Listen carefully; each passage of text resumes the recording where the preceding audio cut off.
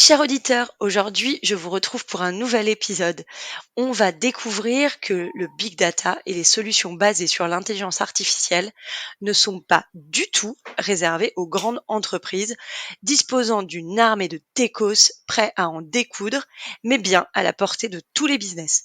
C'est la conviction de Little Big Code. C'est un laboratoire de conseil digital spécialisé dans la conception d'applications d'intelligence artificielle et de plateformes big data.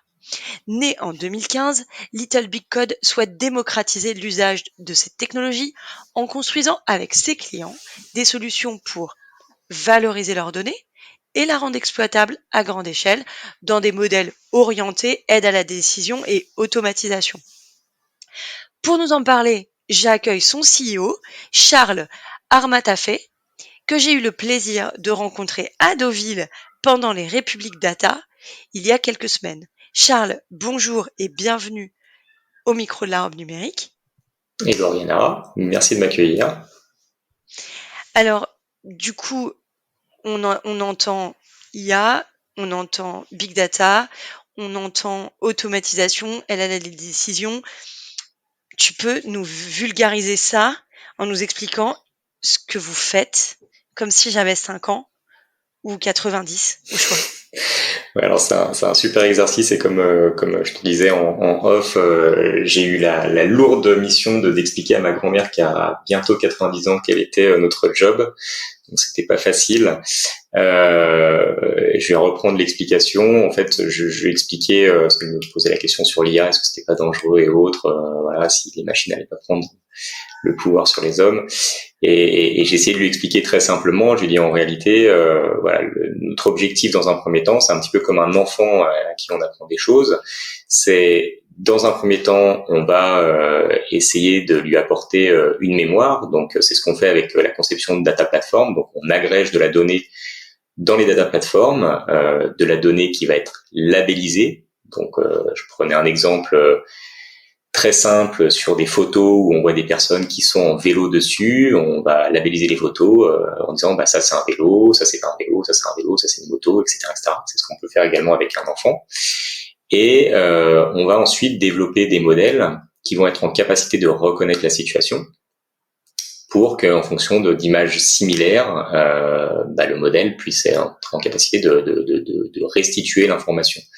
Donc c'est ni plus ni moins que le fonctionnement d'une personne normale, si je puis dire. Alors là, on parle de l'IA un petit peu plus complexe, parce qu'après c'est toujours la limite à partir de quand on met l'IA, et on peut parler de règles mathématiques, règles métiers très simples, qui sont aussi des règles d'IA. Et là, je vais expliquer un petit peu le fonctionnement sur les chats GPT et autres, pour qu'elles puissent comprendre, entre guillemets, les principes de notre métier. Donc pas de crainte sur le fait que les machines allaient reprendre le pouvoir sur les hommes. C'était déjà d'une part des données qu'on lui permettait d'ingérer, et ensuite des modèles mathématiques qui permettaient de restituer cette donnée, et donc du coup de la rendre exploitable, pardon.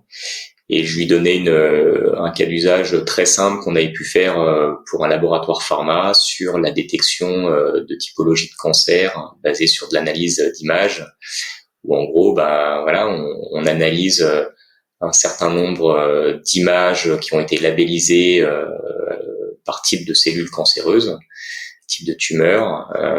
Derrière, on fait de la réplication de données pour essayer d'augmenter cette donnée. Donc, elles ont été labellisées par des médecins. Hein. Et ensuite, le modèle, par analogie, va être en capacité de dire beaucoup plus rapidement qu'un humain, avec beaucoup moins de biais, beaucoup moins de fatigue, entre guillemets, toujours le même niveau de performance.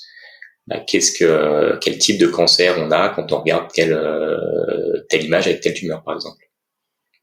Sans compter que la machine va pouvoir prendre en compte un multitude de facteurs en même temps. C'est-à-dire, il fait l'analyse, il n'a pas besoin de dire: «Attends, c'était quoi déjà ces résultats sanguins? Tout à fait, ouais. Attends, c'était quoi?» il agrège et il analyse, l'intégralité des informations, simultanément. Il y a une capacité de faire du croisement de données assez impressionnante aujourd'hui avec de l'IA. Après, ce qu'on sous-estime beaucoup, ce qu'on a constaté depuis qu'on a créé le BC, c'est il y a quand même plus on a de la donnée de qualité, c'est très bête à dire, hein, mais il y a encore beaucoup de travail à faire sur l'ingestion de données. plus on a une donnée de qualité, plus on est en capacité de restituer une information qualitative derrière. Est-ce que tu crois que c'est ça aujourd'hui l'enjeu de l'intelligence artificielle? C'est la qualité de la donnée qu'on lui donne à analyser, enfin, ou en tout cas sur laquelle elle apprend? J'ai plusieurs convictions, c'est les miennes. Je suis pas certain. Je pense que beaucoup les partagent. Mais en tout cas, on a mené des enquêtes auprès de LBC. Alors, juste une petite précision. Tout à l'heure, tu parlais de LBC 2015. Alors, 2015, on a créé un collectif qui était aux prémices de LBC. LBC, on a créé la structure en 2018, enfin fin 2018 début 2019. Et on a lancé des enquêtes en 2019, 2020, 2021. L'an dernier, on l'a pas faite. Mais on a vu vraiment l'évolution des besoins clients, notamment sur les enjeux de qualité de données en amont, notamment sur les problématiques de data gouvernance, de data management. Pourquoi je pense que on parle du big data depuis très longtemps. Il y a beaucoup de choses qui ont été faites. On a longtemps cru que la technologie allait pouvoir combler le manque de qualité de la donnée. Et aujourd'hui, on se rend compte que non. Plus on a une donnée de qualité à la base, plus on arrive à le prendre à la source, plus derrière, on est en capacité de pouvoir avoir des modèles qui sont beaucoup plus simples. Je prends des exemples tout bêtes. Si aujourd'hui, on avait des formats de factures très similaires qui étaient imposés par l'administration fiscale, par exemple, on pourrait avoir des automatisations très simples pour aller récupérer des montants TTC, des TVA, etc., et pas forcément avoir des modèles complexes de NLP, d'OCR pour pouvoir aller récupérer l'information en fonction des différents templates de factures qui existent ou de tickets de magasins, enfin tickets de carte bleue, justificatifs de dépenses, etc. Donc prendre le problème de la qualité de la donnée à la base est pour moi ultra stratégique et ultra important. Alors justement, là, quand tu parles de l'expression de besoin client, quand on est sur votre site, on voit une vingtaine de cas clients sur lesquels vous communiquez. Alors effectivement, il y a des cas clients qui sont liés au médical, à l'analyse de données dans le cadre médical. Est-ce que tu peux nous parler de trois cas clients? Et là, il y en a un qui m'a un peu sauté aux yeux, alors c'est d'actu, c'était l'analyse des forums. Mais bon, il y a pas que il y a pas forcément énormément peut-être de structures qui font ça. Mais il y a un autre, c'est l'outil de classification de documents et ça, dans le métier dans lequel je suis, c'est assez essentiel. Est-ce que tu peux nous parler déjà de ces 2 cas pour qu'on se comprenne bien? Quels sont les cas d'usage que vous êtes en capacité de traiter? Alors, aujourd'hui, nous, on a 65% de notre chiffre d'affaires qui est orienté sur des secteurs qu'on va dire responsables, la santé, la mobilité et l'environnement, notamment avec l'analyse de risques climatiques. Donc, on a différents types de problématiques là-dessus, assez intéressantes. Et par rapport au cas d'usage dont tu parles, on a travaillé avec un client pour faire de l'analyse de forum en accord avec un forum sur des maladies très précises. L'objectif était de comprendre comment les patients percevaient une pathologie et comment les patients percevaient un traitement, puisque l'objectif aujourd'hui, c'était d'accompagner des patients sur des maladies très complexes, très dures, avec des traitements qui étaient assez compliqués aussi à supporter. Et l'idée, c'est pas d'aller mettre un traitement qui empêche le patient de vivre. Donc ça, c'était le premier point pour pouvoir agréger de la donnée, analyser et autres. Et en parallèle, il y a une énorme campagne sur un autre cas d'usage qu'on a pu faire, une énorme campagne où le client a remonté de l'information sur des enquêtes qu'il a pu faire auprès d'énormément de patients pour essayer l'objectif, c'est de développer des traitements qui vont permettre aux patients de l'accompagner au mieux et notamment d'avoir une qualité de traitement, une qualité de vie pendant le traitement qui est bonne, quoi. Donc ça, c'est le premier cas d'usage. Et sur le deuxième, sur les documents labellisés, super intéressant. C'est un sujet, en gros, on avait un client qui, pour des contraintes réglementaires, avait une obligation de vérification d'un certain nombre de typologies de documents. La problématique, alors en termes de données, on parlait dans sa base de données, de plus de 50 millions de documents, donc c'est énorme, de différents types. Et l'idée, c'était en fait d'aller checker les documents, de les rentrer dans des bases de données pour faire de la complétion. Et on pouvait pas les demander aux équipes métiers d'aller labelliser les documents. Donc l'idée, c'était d'être en capacité de pouvoir extraire de l'information à partir de documents qui étaient non labellisés, donc et d'en labelliser très très peu. C'est un sujet qui était ultra complexe. On est arrivé, je crois, à un taux d'accuracy de performance qui était un tout petit peu inférieur à 60%. Mais déjà, quand on arrive à extraire l'information sur 60% des docs, c'est énorme. Voilà, je sais qu'il y a pas mal de papiers de recherche qui ont été faits dessus qui permettent encore d'aller plus loin. Après, il fallait nous, notre enjeu, c'était comment on est en capacité de déployer ce modèle à l'échelle de l'organisation sans que ça coûte trop cher et sans que derrière ça devienne une usine à gaz en termes de consommation aussi, parce qu'on avait pas mal de contraintes que le client nous avait imposées là-dessus. Il fallait également que ça respecte certaines règles, puisqu'on était dans un secteur assez touchy d'un point de vue réglementaire. Alors justement, là, quand tu dis attention au déploiement, etc., ça veut dire quoi? Ça veut dire que quand on exprime un besoin client, vous avez une phase un peu d'évaluation du projet, de faisabilité. C'est quoi les premières étapes d'un projet où on se dit bah moi j'ai de la data, j'aimerais bien voilà l'optimiser ou en tout cas voilà gérer différemment. Qu'est-ce que vous demandez aux clients pour déterminer si vous êtes en capacité d'accompagner ou pas? Alors, nous, déjà, il faut comprendre un peu notre proposition de valeur, c'est-à-dire que bon, ça vient de mon historique. J'ai eu une expérience très tôt en sortant d'école, on parle de mon job, où avec des amis de promo, on a voulu, c'était en 2000, on a eu l'idée en 2008, on a commencé à bosser dessus, je crois, fin 2008, c'était de développer une plateforme de réservation de VTC avec des modèles d'optimisation combinatoire de recherche opérationnelle. C'est un concept sur le papier qui est très facile à mettre, mais dès qu'on augmentait le nombre de chauffeurs et le nombre de clients, l'application crachait. C'est là que je me suis rendu compte qu'on pouvait avoir le meilleur modèle du monde. En fait, si on ne le met pas en production, ça sert pas à grand chose. Donc, ça a énormément nourri mes convictions pendant toutes les années avant LBC. Et quand on a créé LBC, enfin, quand on avait créé le collectif, on s'est bien rendu compte que la plupart des sociétés parlaient de proof of concept, voire des fois de proof of value, mais très peu de parler de déploiement à grande échelle. Donc nous, on a décidé de créer une structure orientée sur la partie conception de data platform et industrialisation de modèles à grande échelle. Donc, clairement, on le disait et on le dit toujours, on n'est pas là pour benchmarker l'état de l'art des modèles. Il y a des laboratoires de recherche, de structures qui le font très bien. Nous, on est là vraiment pour travailler sur une solution qui va être utilisable pour l'ensemble de l'organisation, qui sera peut-être pas la plus performante, mais qui aura le mérite d'être utilisable et d'être déployable facilement.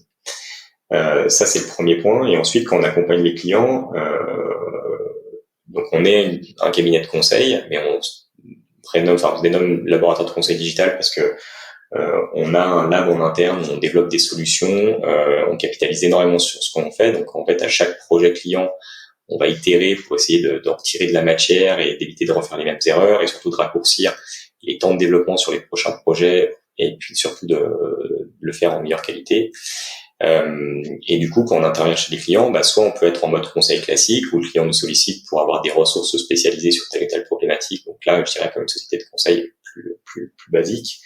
Après, ce qui est notre force, c'est qu'on a tout un petit panel d'outils avec lesquels nos consultants peuvent intervenir chez le client pour dérouler plus rapidement. Et après, on intervient également en mode dispositif, donc delivery, où là, le client nous sollicite sur un enjeu qui est plus important, où on va dérouler notre méthodologie, nos outils, et là, l'idée, c'est de délivrer une application, un produit clé en main pour le client. Donc, on peut être en engagement de résultat ou en engagement de moyens. Ça dépend de la capacité du client à nous faire un cahier des charges qui est bien spécifié à la base. Mais quand on vient dans ce cas de figure, premièrement, nous, ce que l'on fait, on fait une phase d'audit, voire une phase de design sprint. Quand on travaille avec des équipes métiers, la phase de design sprint, c'est une méthode qu'on a mis en place. Alors, on n'a rien inventé, hein, on utilise la méthode de Jack Knapp de Google Venture qu'on a adaptée aux problématiques data IA. Et l'idée, c'est qu'on prend 5 jours avec le client et les équipes métiers on a entre 3 et 5 collaborateurs LBC. On demande aux clients d'avoir une ou deux personnes du métier, d'avoir un décideur. Et en fait, pendant 5 jours, on va itérer en mode agile. Alors, on développe un démonstrateur, donc il n'y a pas forcément de puissance de calcul derrière. On développe les concepts jusqu'à les faire une démonstration au business le dernier jour. Et là, on valide vraiment la valeur qu'on apporte au client avec des KPI cibles, avec une expérience DJ. Et du coup, l'avantage de cette méthode, c'est simple, c'est que on se rend compte assez vite de l'intérêt du projet, de l'intérêt du produit. Et souvent, on va pas plus loin que 5 jours. Donc, pour le client, c'est un gain de coût de se dire, OK, finalement, j'avais l'idée, ça sert à rien d'y aller, on n'est pas encore mature, ou bien le métier n'est pas encore clair dans sa tête. Ou bien, on valide justement un concept. Et derrière, ce qui est hyper intéressant, c'est que nous, aujourd'hui, sur tous les projets qu'on a validés, on a mis 87% de ces projets-là en production à l'échelle de l'orga. Donc, c'est hyper important parce que cette phase de qualification du besoin avec l'équipe client, elle a été ultra stratégique, ultra importante. Et okay, ensuite, donc cette étape, elle permet de valider la faisabilité, la pertinence et de vérifier que vous êtes et que vous êtes aligné sur le besoin et la méthode vis-à-vis du client en fait. Tout à fait. Nous, quand on démarre le projet, c'est premièrement de se dire OK, quelle valeur on apporte à l'utilisateur final. Je parle bien de l'utilisateur final parce que l'utilisateur final, c'est pas forcément celui qui paye. Donc ça, faut bien distinguer ce point-là. Ensuite, on commence à poser les bases de la partie industrialisation et autres pour vraiment se dire OK, est-ce qu'on va être en capacité de le déployer à l'échelle? Il y a plein de choses qui peuvent intervenir. Est-ce qu'on a la liberté auprès de l'IT de pouvoir avoir une infra, une instance pour pouvoir industrialiser le projet? Parce que souvent, dans des grands groupes, on a l'IT qui a une roadmap qui est déjà définie sur plusieurs années. Donc, nous, de notre côté, il faut qu'on arrive à s'entendre avec eux. Maintenant, de plus en plus, les projets data sont prioritaires. Donc et les équipes data ont souvent une infra dédiée. Donc, ça, c'est hyper agréable. Et une fois qu'on a validé ce concept, derrière, on va passer sur une phase qui va être vraiment de targeter, qu'on appelle la phase de targeting. On va viser le MVP. Une fois qu'on l'a visé, derrière, c'est la phase de déploiement. Et une fois qu'on l'a déployé, soit on repart sur une itération pour aller faire une version un peu plus complète, on va dire, ou soit on fait une phase de transfert au client. On finit toujours en général par ce qu'on appelle la phase de transfering, donc d'accompagner le client sur l'appropriation du projet, du produit, de la techno. Ok, et du coup, une fois que vous vous êtes mis d'accord sur le périmètre, que tout ça est ok, qu'on passe en phase de prod, opérationnellement, ça veut dire que le client vous livre des jeux de données, il y a quelqu'un qui est chez le client physiquement. Enfin, comment ça se passe? T'as un ingénieur qui va chez le client. Opérationnellement, vraiment, c'est quoi? Parce que là, par exemple, si on reprend le cas d'usage des documents, tu parles en millions de documents. J'imagine vous n'êtes pas parti avec un disque dur des 2 millions de documents. Enfin, voilà, c'est comment ça se passe? Mes questions sont très opérationnelles, mais en fait, moi, je me dis quand on est une PME, une ETI et qu'on a quand même des données, je pense là au secteur industriel, je me dis voilà, comment on va finalement communiquer cette information pour qu'il puisse travailler, tu vois, d'un point de vue très opérationnel? Est-ce qu'on a besoin de lui laisser une place quelque part dans la boutique pour qu'il bosse? Ou est-ce qu'on lui donne le jeu de données? Ou est-ce que c'est sur un volume restreint et ça fait une base test? Voilà. C'est une super question. On a les deux. Majoritairement, nos équipes sont présentes chez le client parce qu'on travaille quand même sur des jeux de données qui sont sensibles. Après, il faut savoir qu'on est sur ces phases, des phases amont, on peut élaborer le concept sur des datasets publics, donc pas forcément sur les datasets du client, et parfois même sur certaines problématiques, on n'a pas le droit d'avoir accès aux données clients.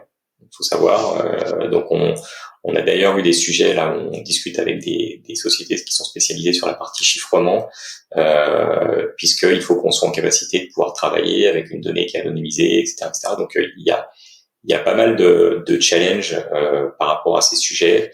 Et d'ailleurs, c'est un vrai débat au sein de LBC de se dire il faut qu'on soit en capacité d'accompagner un client de manière end-to-end sur les projets, donc notamment sur les sujets de sécurité de la donnée, notamment sur les sujets potentiellement à plus long terme de RGPD et autres, parce que c'est une demande de leur part. Mais fonctionnellement, aujourd'hui, nous on a nos équipes, elles vont aller chez le client et puis elles vont revenir chez nous après. On peut travailler sur des datasets publics au départ pour valider le concept, et après on peut travailler sur de la donnée. Il y a des clients qui mettent en place des process avec des credentials, enfin des droits qui sont bien délimités en fonction du périmètre sur lequel on intervient. Enfin, la plupart du temps, il faut savoir qu'on est toujours obligé de monter, même si on a un framework, une équipe type, on fait beaucoup de sur-mesure pour les clients parce que déjà l'enjeu majeur, c'est on doit s'adapter à leur infrastructure. Il y a beaucoup de legacy, donc systématiquement, même si on a des convictions, même si on a des méthodes, il faut être en capacité de leur déployer une solution qui va s'adapter et s'intégrer dans leur infra sur mesure. Et derrière, donc forcément, on a toujours quelques petits curseurs sur lesquels on va s'ajuster pour coller au mieux. Du coup, ça veut dire que lorsque vous accompagnez dans le projet, la phase d'après, donc vous livrez, ok. J'entends ce que tu dis sur la partie protection des données, en effet, et là, on a pas mal de réglementations qui arrivent, ou sur des volumes de données, parce que faut se dire la vérité, les entreprises ont gardé, enfin les orgas au sens large, ont gardé de la data, soit format data, soit format fichier, enfin information, tout mode confondu. Là, aujourd'hui, c'est un vrai enjeu. Arriver à les flaguer, arriver à les trier, arriver à les supprimer, arriver à les isoler, arriver à sécuriser. Enfin, je veux dire, aujourd'hui, je vois une quantité de cas d'usage possibles, soit dans le périmètre réglementaire, soit même au-delà. Est-ce que derrière, une fois que vous avez livré le code, une fois que vous avez livré l'application, vous assurez le SAV, ou est-ce que c'est les équipes en interne qui prennent le relais? Alors, tout dépend le format contractuel. Quand on est en engagement de moyens, on n'a pas un engagement contractuel pour assurer la maintenabilité du projet ou une garantie, comme on pourrait dire. Quand on est en engagement de résultat, oui. Donc, ça dépend en fait des termes contractuels qui sont définis en amont. Après, avec tous nos clients, on a un engagement moral. Voilà. Aujourd'hui, on a un taux de satisfaction. Attention, tu parles à un avocat, Charles. C'est pas faux. Mais non, mais voilà, enfin la plupart de nos clients, même quand des fois on a eu des sujets sur lesquels on n'était pas engagé sur le résultat, ils nous recontactaient. On est vraiment dans une culture, on est hyper exigeant sur les termes, mais par contre on est ultra bienveillant sur la façon d'accompagner nos clients et on n'est pas là, voilà, aller chipoter sur un nombre de jours ou quoi. Notre objectif premier, notre job, c'est la satisfaction du client. Donc, c'est ce qui nous drive. On a aujourd'hui, au niveau de LBC, un taux de satisfaction qui est hyper impressionnant, sur lequel on doit encore progresser. Voilà, mais en tout cas, la question du SAV, c'est en fonction de la partie contractuelle, mais systématiquement, si le client nous rappelle, même un an après, voilà, et vous avez développé un truc qui m'est arrivé, j'aimerais bien qu'une personne des équipes revienne. Bon, si c'est pas un gros projet, on le fait de manière gracieuse. Si c'est quelque chose qui est beaucoup plus important, bien évidemment, là, on va faire une cotation. J'imagine comme toi. Non, remarque, vous, les avocats, vous timesheetez à l'heure très facilement. Non? Pas nous. Nous, on timesheet pas à l'heure. Donc, en effet, on timesheet au projet ou à la journée. Donc, en effet, nous, ça fonctionne plus, je pense, comme on fonctionne pas à l'heure. Donc, je vois très bien. On assure le SAV, au moins pour la compréhension de la documentation qu'on met à disposition. J'ai quand même une dernière question avant qu'on termine ce podcast. Dans le cadre des cas d'usage que tu rencontres, est-ce qu'il y a des besoins qui sont nés peut-être là ces derniers mois / années que tu vois vraiment par rapport à ton métier initialement? Est-ce qu'il y a vraiment des besoins qui sont, ou des typologies de clients que tu voyais pas arriver et qui aujourd'hui te contactent, enfin vous contactent? Alors, il y a beaucoup de choses qui sont passées en l'espace de 4 ans. C'est assez impressionnant de voir comme ça a évolué. Tout d'abord, on voyait au départ les sujets étaient très orientés data science, alors qu'on prenait énormément la partie data engineering, enfin conception de la data platform, qualité de la donnée. Ça s'est transformé avec des gros enjeux sur la partie mise en place des data platforms, cleaning de la donnée, mise en place de la bonne gouvernance. Donc ça, c'est un sujet sur lequel nous, on s'est vraiment focalisé sur les dernières années. Alors, on faisait pas de data gouvernance à titre d'exemple, mais voilà, cette année, on a monté une offre parce qu'on voyait vraiment que les clients nous sollicitaient de plus en plus dessus. Et moi, j'ai toujours prôné le fait que c'était un des piliers centraux pour réussir une transformation data. Et après, on s'est rendu compte qu'on parlait beaucoup de data science au début. On n'arrêtait pas de dire aux clients, avant de vouloir courir, apprenez à bien marcher, donc faites des choses simples. Et du coup, on est revenu à des cas d'usage très simples.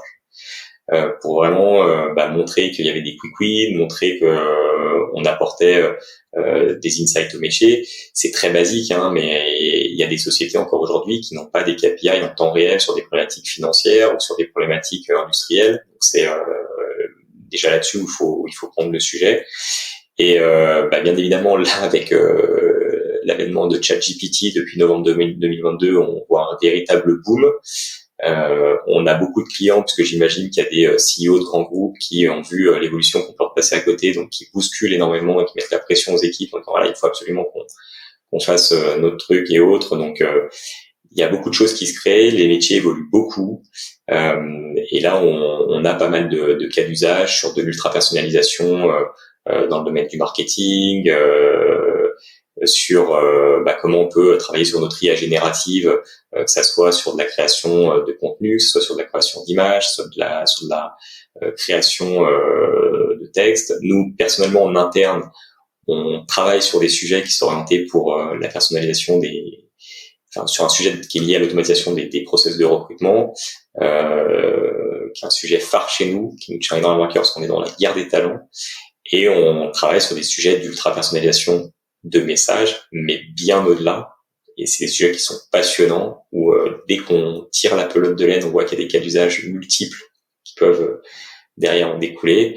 Et voilà. Et après, concernant ton métier, je pense que toi également, tu vois avec l'IA une évolution du métier d'avocat. Enfin, moi, j'en suis persuadé. Je pense que c'est un métier qui va être énormément touché. Il y a beaucoup de choses à faire. Surtout que vous avez un nombre de données incalculable sur des cas de jurisprudence et autres que vous pouvez analyser. Et je pense que pour préparer des défenses, ça peut être ou des dossiers, ça peut être ultra intéressant, à condition de bien savoir l'utiliser.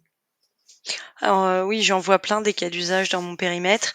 Après, je pense effectivement que notre métier sera impacté, mais je pense que globalement les métiers à responsabilité ne seront pas tout de suite remplacés par l'intelligence artificielle, parce qu'aujourd'hui on sait toujours pas comment régler la problématique de qui sera responsable en cas de problème. Donc tant que ça c'est pas réglé, je pense que les avocats, comme toutes les professions réglementées qui emportent leur responsabilité dans ce qu'ils produisent, sont assez tranquilles là-dessus.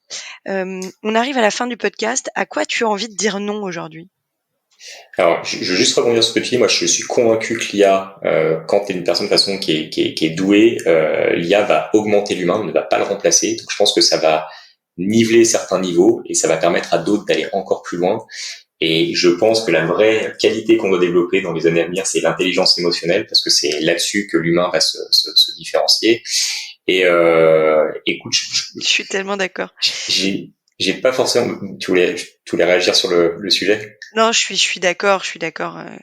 Clairement, l'IA pourra tout à fait feindre des émotions, mais c'est encore un pan qui est limite, qui est est celui réservé. de l'humain. Oui, voilà, c'est l'humain, le vrai, quoi. Exactement. Voilà. Et je peux te dire que quand t'as des enfants comme les miens qui te challengent tous les jours émotionnellement, t'as intérêt de bien armer. Non, envie de dire non. Je sais pas, c'est hyper difficile, tu vois. T'as des enfants, tu vois que ça évolue très très vite, faut choisir tes combats, t'as peur d'être perdu, et d'un côté, tu vois, t'as envie de protéger tes gamins, mais t'as envie qu'ils restent compétitifs, donc c'est, franchement, je t'avoue que je pense que je suis un peu comme tous les parents, t'es à la fois désemparé, t'es à la fois enthousiaste, ouais, des fois tu vois des choses sur des réseaux sociaux, t'as envie d'interdire ces choses-là, parce que tu te dis, mais comment tu peux laisser passer ça, mais je laisse, ce soin-là à notre politique, pour réfléchir là-dessus.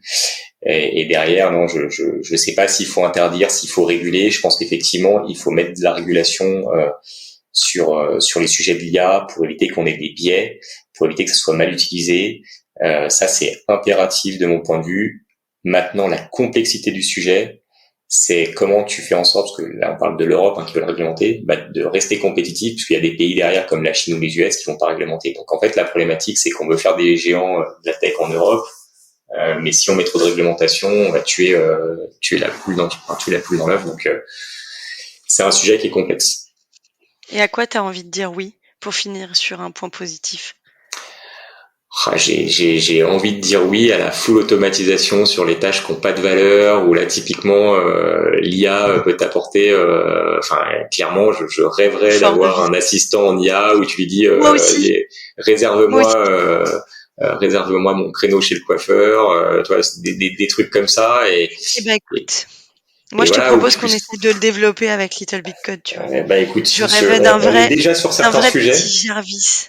Tu Ah, vois, un vrai exactement, petit Jardif. exactement. Jarvis, tu sais, comme dans Dans Iron Iron Man, tu Man. vois, je dirais, s'il te plaît, est-ce que tu peux envoyer ce texto, là, je suis en galère, et hop, qui s'en occuperait, tu vois, qui dirait, tiens, ce mail ne sert à rien, on l'a déjà eu, hop. Tu sais, Exactement. Mais ces il y a beaucoup de trucs-là, gens qui là, parlent de l'intelligence artificielle généralisée. Il y a pas mal de papiers là-dessus. Euh, Beaucoup pensent que ça ne nous arrivera jamais. D'autres sont en train de dire que ça risque d'arriver dans les 5 à 10 ans. Donc non, c'est une période qui est passionnante. Il va y avoir des belles mm. choses. En tout cas, merci Charles d'être venu au micro de la robe numérique. Et en effet, je suis d'accord avec toi. Je pense que là, les possibles sont immenses et il faut pas passer à côté. Faut pas avoir peur. Faut y aller en conscience, sans non plus être trop angélique. Mais c'est un champ des possibles incroyable que je crois qu'on vit effectivement un moment passionnant. Donc, profitons-en. Voilà, au lieu de le Exactement. regarder passer. Eh ben, merci Merci infiniment à beaucoup. toi. Merci, merci.